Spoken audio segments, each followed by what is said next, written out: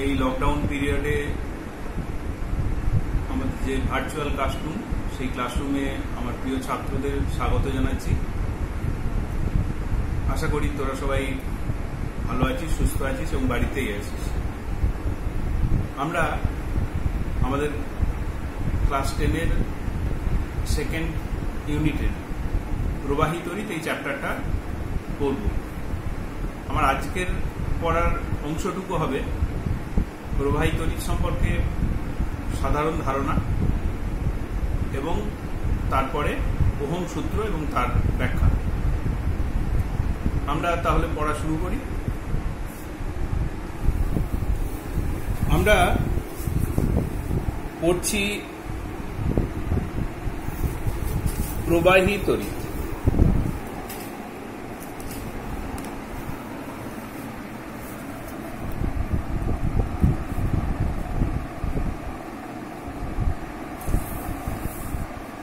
প্রবাহী তড়িৎ, তাকে ইংরেজিতে আমরা বলি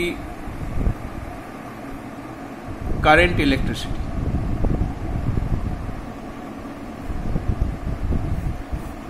এর আগে ক্লাস 8-এ আমরা স্থির তড়িতের ধারণা পেয়েছি।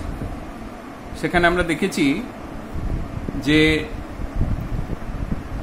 একটা পদার্থ আর একটা পদার্থের সঙ্গে যদি ঘর্ষণ করা হয় তাহলে স্থির তড়িৎ আমরা পাই। কেমনভাবে পাই? ধর, পশম দিয়ে আমরা কাঁচকে ঘর্ষণ করলাম। পশম দিয়ে কাঁচকে ঘর্ষণ করলে পশম থেকে বেশ কিছু ইলেকট্রন বেরিয়ে কাঁচে চলে যায় এবং পশমটা ধনাত্মক আধানযুক্ত হয় আর কাঁচটা ঋণাত্মক আধানযুক্ত হয়। কিন্তু এই তড়িৎটার যেটা বৈশিষ্ট্য সেটা হচ্ছে যে এই যে আধানগুলো তৈরি হলো সেটা যেখানে তৈরি হলো সেখানেই রয়ে গেল। সেই জন্য এই যে তড়িৎটা এখানে তৈরি হলো সেই তড়িৎটাকে আমরা বলি স্থির তড়িৎ। কিন্তু আমরা পড়ব প্রবাহী তড়িৎ। এই প্রবাহী তড়িৎ পড়তে গেলে আমাদের যে বিষয়টা মনে রাখতে হবে যে কোন একটা পদার্থ, তার পরমাণু, সেই পরমাণুতে একদম কেন্দ্রে থাকে নিউক্লিয়াস এবং তার চারপাশে বিভিন্ন কক্ষপথে ইলেকট্রনগুলো ঘুরে বেড়ায়। এই ইলেকট্রনগুলোকে আমরা যদি ভাবি এইরকমভাবে যে প্রথম কক্ষটায় 2টো আছে, পরের কক্ষটায় 8টা আছে এবং শেষ কক্ষতে 1টা আছে, তাহলে এই যে শেষ কক্ষের ইলেকট্রন, এই ইলেকট্রনটা নিউক্লিয়াসের সঙ্গে খুব আলগাভাবে বাঁধা আছে। এমন হতেই পারে যে আমি যদি সামান্য একটু শক্তি দিই তাহলে এই ইলেকট্রনটা মুক্ত হয়ে যাবে। তখন আমরা এই ইলেকট্রনকে আমরা বলবো মুক্ত ইলেকট্রন, বা ইংরেজিতে আমরা বলি ফ্রি ইলেকট্রন। মুক্ত ইলেকট্রন, তাকে আমরা ইংরেজিতে বলি ফ্রি ইলেকট্রন। এই ফ্রি ইলেকট্রনগুলো অর্থাৎ আধানযুক্ত কণা, এগুলোকে যদি কোনো পরিবাহীর মধ্য দিয়ে আমরা প্রবাহিত করতে পারি, আমরা যদি কোনো পরিবাহীর মধ্য দিয়ে এটাকে প্রবাহিত করতে পারি, তখন আমরা বলবো যে এই পরিবাহীটার মধ্য দিয়ে কারেন্ট প্রবাহিত হচ্ছে বা তড়িৎ প্রবাহিত হচ্ছে। তাহলে তড়িৎ প্রবাহ, এই ঘটনাটা ঘটাতে গেলে আমাদের এই কোনো পরিবাহী কারা? পরিবাহী হচ্ছে রূপা, কয়েকটা নাম লিখি, রূপা, তামা, সোনা, লোহা, আরও অনেক ধাতুগুলো সব পরিবাহী। তো এদেরকে মধ্যে যে মুক্ত ইলেকট্রনগুলো থাকে, সেই মুক্ত ইলেকট্রনগুলোকে যদি আমরা একটা নির্দিষ্ট দিকে প্রবাহিত করতে পারি তাহলে আমরা বলবো এই পরিবাহীটার মধ্য দিয়ে তড়িৎ প্রবাহ হচ্ছে। তো এইটা কীভাবে ঘটা সম্ভব? যে কোনো একটা পরিবাহী তারকে আমি এরমভাবে লিখলাম, যে কোনো একটা পরিবাহী তার, একটু বড় করে লিখছি, পরিবাহী তার। তার মধ্যে পরিবাহী যারা, তাদের মধ্যে অনেক বেশি সংখ্যক মুক্ত ইলেকট্রন থাকে। পরিবাহী তারের মধ্যে অনেক বেশি সংখ্যক মুক্ত ইলেকট্রন থাকে। এই মুক্ত ইলেকট্রনগুলোর পরিবহনটা কোন দিকে হবে, অর্থাৎ মুক্ত ইলেকট্রনগুলো কোন দিকে যাবে, এটা নির্ভর করবে যে এর সঙ্গে যখন একটা ব্যাটারি লাগাবো এর সঙ্গে যখন একটা ব্যাটারি লাগাবো তখন দেখব যে ইলেকট্রন তারা নেগেটিভলি চার্জড অর্থাৎ ঋণাত্মক তড়িৎ বিশিষ্ট। এই ইলেকট্রনগুলো এগোচ্ছে পজিটিভ যে প্রান্ত ব্যাটারির সেই পজিটিভ প্রান্তের দিকে। তাহলে এইভাবে একটা ইলেকট্রনের ফ্লো এখানে হচ্ছে, এটা হচ্ছে ইলেকট্রনের ফ্লো। তাহলে আমরা দেখতে পাচ্ছি ইলেকট্রনের ফ্লো হচ্ছে নেগেটিভ প্রান্ত থেকে পজিটিভ প্রান্তের দিকে। এই নেগেটিভ প্রান্ত এটাকে আমরা পোশাকি ভাষায় বলি, আগে নামটা লিখি, এটাকে আমরা বলি বিভব, নিম্ন বিভব, আর এদিকটাকে আমরা বলি উচ্চ বিভব। তাহলে বোঝা যাচ্ছে আমাদের আবার নতুন একটা কথা এলো, সেটা হচ্ছে বিভব। বিভব ব্যাপারটা কি না, কোনো একটা আধান যদি কোথাও থাকে, সেটা পজিটিভ আধান নেগেটিভ আধান যাই হোক, আধান যদি কোথাও থাকে তাহলে সেই আধানের চারপাশে একটা আধান আছে কোথাও, সেই আধানের চারপাশে একটা বিস্তীর্ণ অঞ্চল জুড়ে এই আধানটার প্রভাব থাকে। অর্থাৎ এখানে অন্য কোনো আধানকে নিয়ে এলে এই আধানটা হয় তাকে আকর্ষণ করবে অথবা বিকর্ষণ করবে। আমরা জানি সমান আধান হলে বিকর্ষণ করবে একই আধান, আর বিপরীতধর্মী আধান হলে তাকে আকর্ষণ করবে। সমধর্মী আধান হলে তাকে বিকর্ষণ করবে, আর বিপরীতধর্মী আধান হলে তাকে আকর্ষণ করবে। তো এই যে ক্ষেত্রটা, এই যে অঞ্চলটা, যত দূর পর্যন্ত এই আধানটার প্রভাব আছে, এই অঞ্চলটাকে আমরা বলি তড়িৎ ক্ষেত্র। এইবার অনেক দূর থেকে, আবার বলি ফিজিক্সে আমরা ধরি সেটা কোথা থেকে, অসীম থেকে যদি আমরা একটা ধনাত্মক আধানকে এখানে নিয়ে আসি, তাই যদি নিয়ে আসি তাহলে কি করতে হবে, কাজ করতে হবে। এখানে আমরা যেহেতু প্লাস আধান দিয়েছি তাহলে বেড়ে যাচ্ছে, এরা পরস্পরকে বিকর্ষণ করছে, সেই বিকর্ষণের বিরুদ্ধে কাজ করে আমরা এখানে নিয়ে আসছি এই ক্ষেত্রটাতে। এই ক্ষেত্রটা থিওরিটিক্যালি অসীম পর্যন্ত বিস্তৃত হয়, কিন্তু আসলে এটা একটা নির্দিষ্ট দূরত্ব পর্যন্ত গিয়ে তারপর আর এর প্রভাব থাকে না। যাই হোক, তাহলে অসীম থেকে একটা ধনাত্মক আধানকে যদি এখানে নিয়ে আসতে হয় তাহলে আমাকে কিছু কাজ করতে হবে। নিয়ে এলাম কোনো একটা বিন্দুতে, কিছু কাজ করতে হলো, ধরুন আমি এই বিন্দুটাতে নিয়ে এলাম, তাহলে এখানে কিছু কাজ করতে হবে। এই যে কাজটা, এই কাজটা এই আধানটার মধ্যে স্থিতি শক্তি হিসেবে সঞ্চিত রইল, এবং এই যে কাজ করতে হলো এখানে এই বিন্দুতে নিয়ে আসতে, সেই কাজটাকে আমরা বলছি বিভব। তো বিভব, এবার আমি একটু ঠিকঠাক করে ডেফিনেশনটা আরেকবার বলি, যে এই অসীম থেকে যে ধনাত্মক আনবো, সে আধান আনবো, সেই আধানটা কিরকম আধান হবে, এটা হবে একটা একক আধান। এই একক আধানটাকে অসীম থেকে দেখিয়েছি আমি কিরকম আধান, ধনাত্মক আধান। অসীম থেকে কোনো বিন্দুতে নিয়ে আসতে যে কাজ করতে হয় সেটাকে বলা হচ্ছে ওই বিন্দুর বিভব। তাহলে এইবার অসীম থেকে এই আধানটাকে না এনে আমরা যদি এইরকম ভাবে ভাবি যে একটা তড়িৎ পরিবাহী বা একটা তড়িৎ ক্ষেত্র, এরকম হয়ে যাবে যে এটা একটা তড়িৎ ক্ষেত্র। এই তড়িৎ ক্ষেত্রে এই বিন্দু আর এই বিন্দু, এদের মধ্যে আমি একটা ধনাত্মক আধান, একক ধনাত্মক আধানকে এদিক থেকে এখানে নিয়ে যাব, একক ধনাত্মক আধানকে এই বিন্দু থেকে এই বিন্দুতে নিয়ে যাব। তাহলে আমাকে কিছু কাজ করতে হবে। এই যে কাজটা করতে হলো সেটা হলো এ ও বি বিন্দুর মধ্যে বিভব পার্থক্য।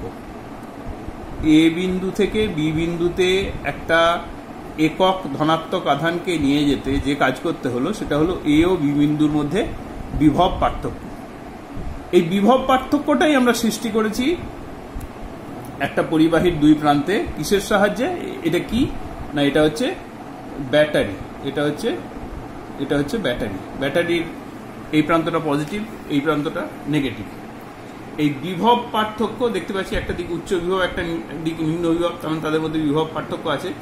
এই বিভব পার্থক্য যদি সৃষ্টি না করি তাহলে কিন্তু এর মধ্য দিয়ে কোনো তড়িৎ প্রবাহিত হবে না।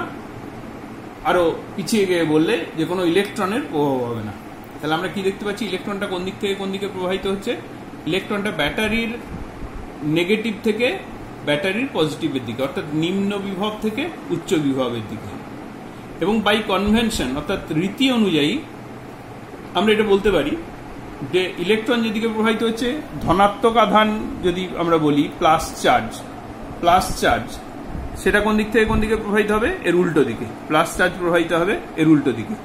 এই প্লাস চার্জের দিকটাকেই আমরা বলছি প্রবাহের দিক। কি প্রবাহের দিক? না, তড়িৎ প্রবাহের দিক। তাহলে মোটামুটিভাবে এটা আমরা একটা জায়গায় কনক্লুড করলাম, অর্থাৎ সিদ্ধান্তে এলাম যে একটা ব্যাটারি যদি একটা তারের দুই প্রান্তে লাগানো হয়, তাহলে ব্যাটারির নেগেটিভ থেকে পজিটিভের দিকে ইলেকট্রনের ফ্লো হবে, আমরা দেখিয়েছি এখানে, আর পজিটিভ থেকে নেগেটিভের দিকে প্রবাহ, তড়িৎ প্রবাহের দিকটা হবে। এটা বাই কনভেনশন, অর্থাৎ রীতি অনুযায়ী সব জায়গায়, সমস্ত পৃথিবীতে এটাকেই প্রবাহের দিক হিসেবে ধরে নেওয়া হয়। আবার কেউ ইলেকট্রনের দিকটাকে প্রবাহের দিক ধরেও তিনি তার গণনা কাজকর্ম করতে পারেন, সেরকম তাতেও কোনো বাধা নেই। তো আমরা রীতির দিকেই যাচ্ছি, রীতির সঙ্গেই থাকছি, অর্থাৎ প্রবাহের দিকটাকে ধরে নিচ্ছি উচ্চ বিভব থেকে নিম্ন বিভবের দিকে। এটা হলো তড়িৎ প্রবাহের দিক। তাহলে একটু তাড়াতাড়ি বললাম, আরো বিশদে বলার ছিল। যে বিষয়টা আমরা সবশেষে সিদ্ধান্ত করলাম যে একটা পরিবাহী তার বিভিন্ন পদার্থের হতে পারে।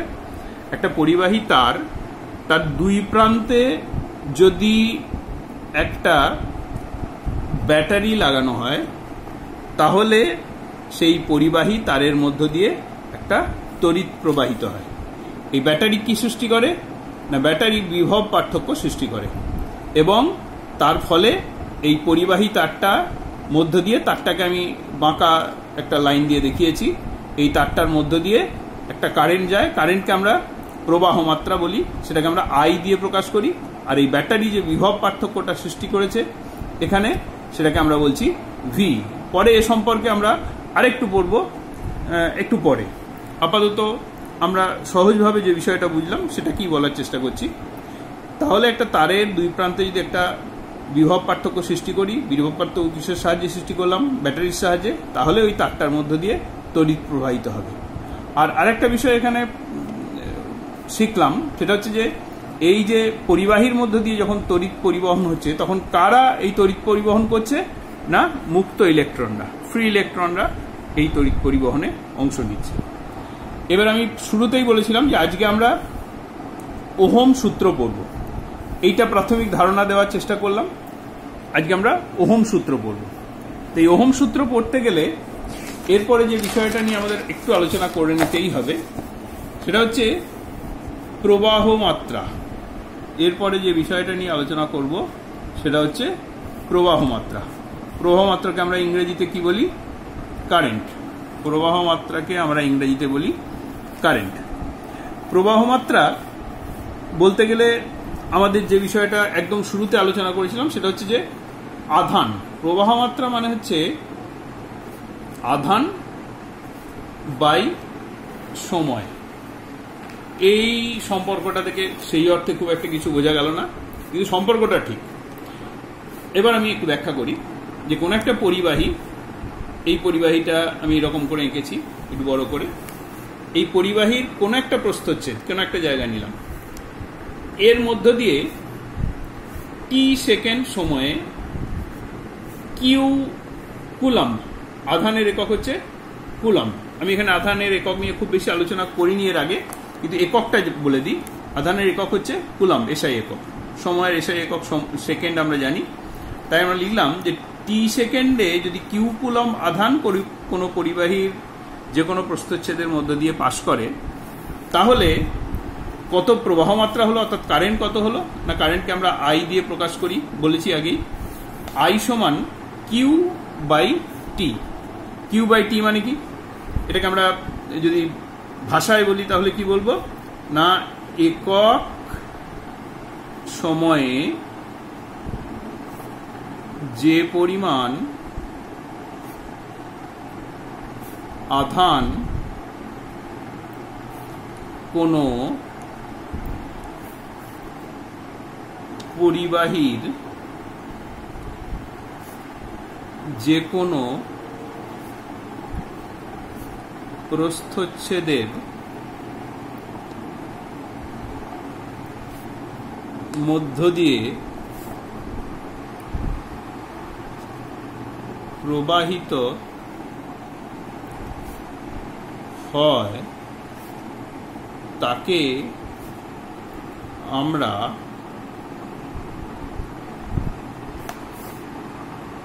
প্রবাহ মাত্রা বলি। আমরা সমীকরণটা আগেই লিখেছি।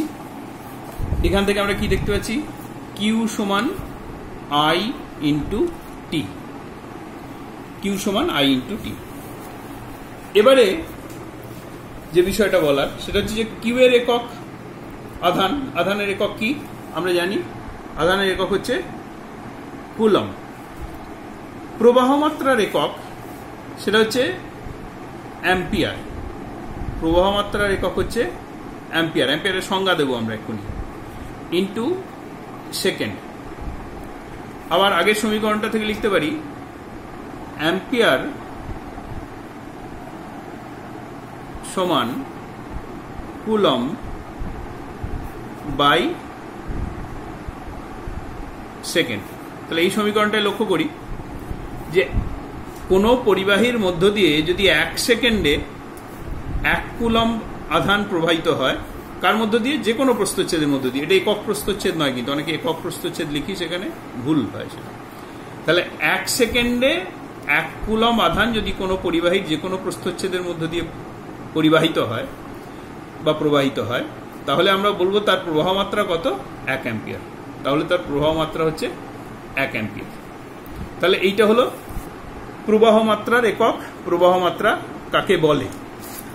আর যে বিষয়টা বলার, যে এই অ্যাম্পিয়ারের ছোট একক অনেক ব্যবহার করা হয়, যেমন milliampere. 1 milliampere, 1 milliampere সমান কত হবে আমরা জানি? 10⁻³ অ্যাম্পিয়ার। আবার 1 মাইক্রো অ্যাম্পিয়ার, এটাও অনেক ক্ষেত্রে ব্যবহার করা হয়। 1 মাইক্রো অ্যাম্পিয়ার সমান 10⁻⁻6 অ্যাম্পিয়ার। তাহলে এটাও প্রবাহ মাত্রার আরো দুটো ছোট ছোট একক, আসলে এরা অ্যাম্পিয়ারেরই ক্ষুদ্র ভগ্নাংশ। তাহলে এইভাবে আমরা প্রবাহ মাত্রা বিষয়টা কি সেটা সম্পর্কে আলোচনা করলাম। এবারে যে বিষয়টা বলবো সেটা হচ্ছে যে আমরা এর আগে আলোচনা করেছি যে বিভব এবং বিভব পার্থক্য। তাতে আমরা দেখেছি যে বিভব এবং বিভব পার্থক্য দুটোর সংজ্ঞাতেই আমরা দেখেছি যে একক কি আধান? ধনাত্মক আধান কে এ বিন্দু থেকে বি বিন্দুতে নিয়ে যেতে যে কাজ করতে হয় সেটা হলো এ ও বি এর মধ্যে বিভব পার্থক্য। এই বিভব এবং বিভব পার্থক্য দুটোরই একক হচ্ছে ভোল্ট। এই বিভব এবং বিভব পার্থক্য দুটোরই একক হচ্ছে ভোল্ট। তাহলে 1 ভোল্ট কাকে বলবো না? অসীম থেকে একক ধনাত্মক আধানকে কোনো বিন্দুতে নিয়ে আসতে যদি 1 জুল কাজ করতে হয়, তাহলে এই বিন্দুর বিভব হচ্ছে 1 ভোল্ট। অসীম থেকে কোনো একক ধনাত্মক আধানকে কোনো বিন্দুতে নিয়ে আসতে যদি 1 জুল কাজ করতে হয়, তাহলে এই বিন্দুর বিভব কত? 1 ভোল্ট। আচ্ছা, এটাকে অন্যরকম ভাবে বলি যে অসীম থেকে কিউ আধানকে নিয়ে আসছি, ধনাত্মক আধান রীতি অনুযায়ী কিউ আধান নিয়ে আসছি, এবং তাতে কাজ করতে হচ্ছে ডব্লিউ জুল। কিউ আধান মানে কিউ কি আধান? কিউ কুলম্ব আধান। কিউ কুলম্ব আধান নিয়ে আসছি, কাজ করতে হচ্ছে ডব্লিউ জুল কোন একটা বিন্দুতে। তাহলে সেই বিন্দুর বিভব কত না? ভি সমান ডব্লিউ বাই কিউ। এর মানেই তো তাই যে একক আধানকে নিয়ে আসতে যে কাজ করতে হয় সেটা হলো কোনো বিন্দুর বিভব। তাহলে এখানে যদি এককগুলো লিখি তাহলে কি লিখবো? ভোল্ট সমান ডাব্লু কাজ, তার একক কি? জুল বাই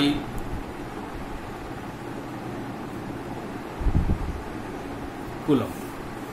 তাহলে আমরা দেখতে পাচ্ছি বিভব বা বিভব পার্থক্য সমান কৃতকার্য বাই আধান, বা ভোল্ট সমান জুল ডিভাইডেড বাই কুলম।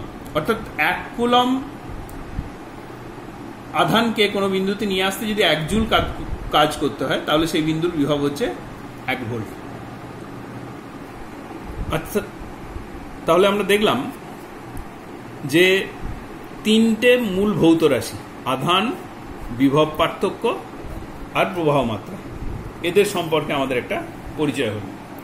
আমরা দেখলাম আধান তার এসআই একক হচ্ছে কুলম, বিভব পার্থক্য তার এসআই একক ভোল্ট, প্রবাহ মাত্রা তার এসআই একক হচ্ছে অ্যাম্পিয়ার। এই কুলম, ভোল্ট, অ্যাম্পিয়ার আমরা সবাই জানি যে এইগুলো মানে সবই বিশিষ্ট বিজ্ঞানীদের নাম। এরপরে আমরা যেটা আলোচনা করব সেটা হচ্ছে ওহম সূত্র। তো এই ওহম সূত্র আলোচনা করতে গিয়ে আমরা একটা বর্তনী আমি এঁকেছি। সেই বর্তনীটা খুব সহজ একটা বর্তনী বা সহজতম বর্তনী। কি আছে এখানে? একটা ব্যাটারি আছে, এই ব্যাটারিটা তার দিয়ে জোড়া আছে, কিন্তু তারের মাঝের একটা অংশকে আমি একা বেঁকা করে এঁকেছি। কেন এঁকেছি সেটা একটু পরেই বোঝা যাবে। এটা কোনো একটা তড়িৎ যন্ত্র, সেটা একটা বাল্ব ধরে নেওয়া যেতে পারে, ইলেকট্রিক বাল্ব। তো সেই ইলেকট্রিক বাল্বটার দুপ্রান্তে আমি তার দিয়ে একটা ব্যাটারি লাগিয়েছি। এবার ব্যাটারি লাগালে কি হবে? এই বাল্বটার মধ্যে দিয়ে কারেন্ট যাবে। তো আমরা ধরে নিই প্রথমে 1.5 ভোল্টের একটা ব্যাটারি লাগিয়েছি, তাতে বাল্বটা জ্বলছে হয়তো। তো 1.5 ভোল্টের ব্যাটারি লাগালে এই যে অংশটা, এর মধ্যে দিয়ে যে কারেন্ট যাবে। এবার 3 ভোল্টের ব্যাটারি লাগালাম, তাহলে অবভিয়াস যে বা খুব স্পষ্ট যে এর মধ্যে দিয়ে কারেন্টের পরিমাণ বাড়বে। 6 ভোল্টের ব্যাটারি লাগালে এর মধ্যে দিয়ে কারেন্টের পরিমাণ বাড়বে। আবার 1.5 ভোল্টের পরিবর্তে যদি 1 ভোল্টের ব্যাটারি লাগাই তাহলে এর মধ্যে দিয়ে কারেন্টের পরিমাণ কমবে। তাহলে আমরা দেখতে পাচ্ছি একটা ফিক্সড তার আছে। এই ফিক্সড তার মানে একটা নির্দিষ্ট উপাদানের তারকে এখানে লাগিয়ে রেখেছি, চারপাশের উষ্ণতা সেটা নির্দিষ্ট। তাহলে এই তারের মধ্য দিয়ে যে কারেন্ট যাচ্ছে অর্থাৎ প্রবাহ মাত্রা, সেটা এই যে ব্যাটারির বিভব প্রভেদ, ব্যাটারিটা যে বিভব প্রভেদ সৃষ্টি করছে তার সঙ্গে সমানুপাতিক। অর্থাৎ ভি সমানুপাতিক আই।